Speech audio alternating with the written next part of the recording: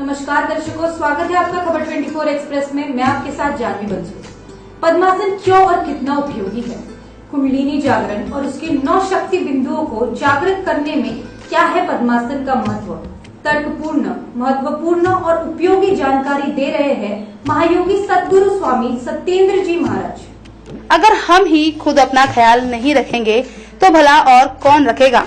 कोविड-19 के चलते लोग भले ही अपने और अपनों के स्वास्थ्य के प्रति सचेत हो गए हों, लेकिन अब तक के समय में जो नुकसान हम अपने मन, मस्तिष्क और शरीर को दे चुके हैं, उसका क्या? सवाल है अब सभी चीजों को एक साथ कैसे संभाला जाए।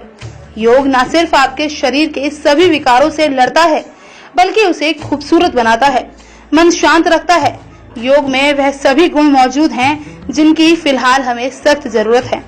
पद्मासन पफस्सी योग विज्ञान का ही एक स्वरूप है। यह प्राचीन पद्धति है जो कुंडलिनी जागरण भी करता है। इस संपूर्ण योग की जानकारी दे रहे हैं सद्गुरु स्वामी सत्येंद्र जी महाराज। जय सत्यम सिद्धांत में सभी भक्तों को आशीर्वाद के साथ आज का विषय है योग में हमारा पद्मासन। कि किस प्रकार पद्मासन लाभकारी है और कहाँ लाभकारी है और कहाँ ये लाभकारी नहीं है। और योग के क्षेत्र में जैसे मैं बता चुका 16 चक्र होते हैं हमारे शरीर में।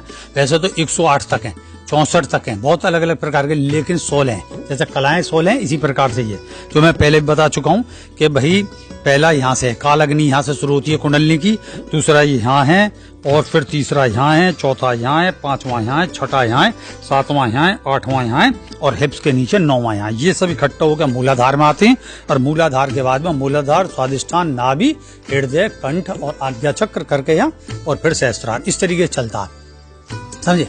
तो इसको जब तक नीचे से लेकर जो एनर्जी है शक्ति बिंदुओं में केंद्रित होकर नहीं आएगी, आपकी कुंडली जागृत हो ही नहीं सकती। इसलिए ये सब आसन का जो मुख्य देखोगे, यम, नियम, आसन, प्राणायाम, प्रत्याहार, धारणा, ध्यान, समाधि, और समाधि में सविकल्प, निर्विकल्प और बहुत सारे हैं इसमें। तो मूल में क्या हुआ? यम, नियम और आसन तीसरे नंबर पे आता। आसन का मतलब है स्थिर होना, किसी एक विषय में बैठे रहना, किसी एक मुद्रा में और अत्यधिक देर तक, जिसमें आप ध्यान में डूब सको। इन्हें बोलते हैं बहिर्योग। बहिर्योग मतलब यम, नियम, आसन, प्राणायाम। प्राणायाम तक ये सब बहिर्योग है। इसके बाद आता प्रत्याहार, धारणा, ध्यान, समाधि, ये विषय आंतरिक योग है। अब मैं पद्मासन बताता हूँ।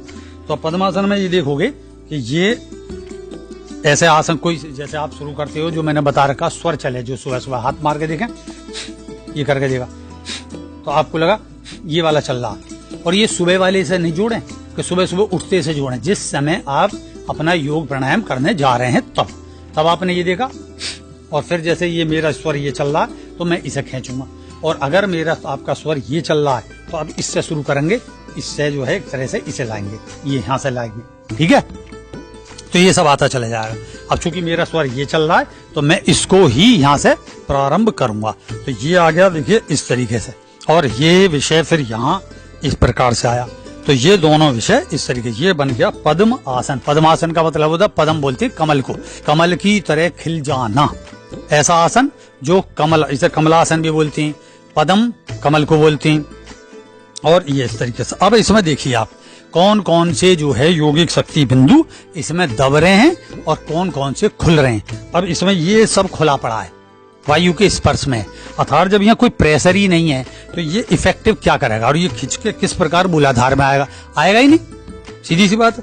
तो इसमें जो है कितने पॉइंट गायब हो गए, एक ये गायब हो गया, दूसरा गायब हो गया, तीसरा गायब हो गया, टखने का गायब हो गया, और केवल यहाँ से कोई मतलब नहीं है, ये भी गायब है, ये यहाँ से मामूली सा दब रहा है, ये जो है चलो इसे मान लेते हैं कि भाई ये खुला हुआ है।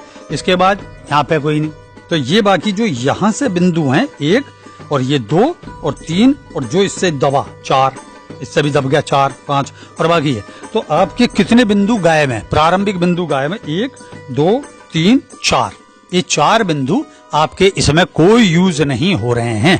इनमें हवा लगती है, वायु तत्व का विकास होता है, जबकि हमें जरूरत है अग्नि तत्व की। तो हमें वायु तत्व की आवश्यकता यहाँ पर नहीं है, क्योंकि वायु तत्व का विषय हमारा आंतरिक हो जाएगा। यहाँ पे हमारा है अग्नि तत्व की आवश्यकता, जिससे हमारी कुंडली तप्त होकर ये एनर्जी, जो यहाँ के जो गुण हैं, ये सारे गुण और जितने भी यहाँ जो एक तरीके से शक्ति बिंदु इकट्ठे हो रहे हैं, ये पंच तत्व हैं। पंच तत्व में कौन सा? अंगूठा जो है वो है आत्मा का प्रतिबिंब, आत्मा का प्रतिरूप, प्रतिनिधित्व। तो ये अंगूठा, इसलिए अंगूठे में मूल होती है कालग्नि। और फिर इसके बाद ये चारों और तत्व हैं। समझे। तो ये चारों तत्व केंद्रित होंगे यहाँ के बाद ये यहाँ, फिर ये यहाँ, और फिर ऐसे करके यहाँ।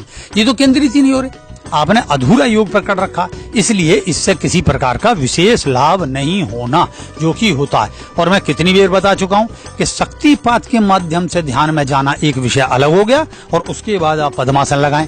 इसलिए सिद्ध आसन सर्वश्रेष्ठ है, ये ध्यान रखें। सिद्ध आसन, तो सिद्ध आसन को करिए और आप खुश रहिए, और उसमें योग की उच्चतर अवस्थाएं प्राप्त होंगी। फिर मैं किसी और योग विषय को लेकर बताऊंगा। तो ठीक है भक्तों, आपको समझ में आ गया होगा। सिद्ध आसन जो मैंने अभी पीछे के सत्संग वीडियो में बताया, उसमें आप जाके लिंक में जाके देखें, लिंक आपको मिल जाएगा, और आप उसे ओपन करें और आप उसे सीखें तरीके से, और करें अभ्यास, और प्रसन्न रहें। जय सत्वम सिद्धाय नमः।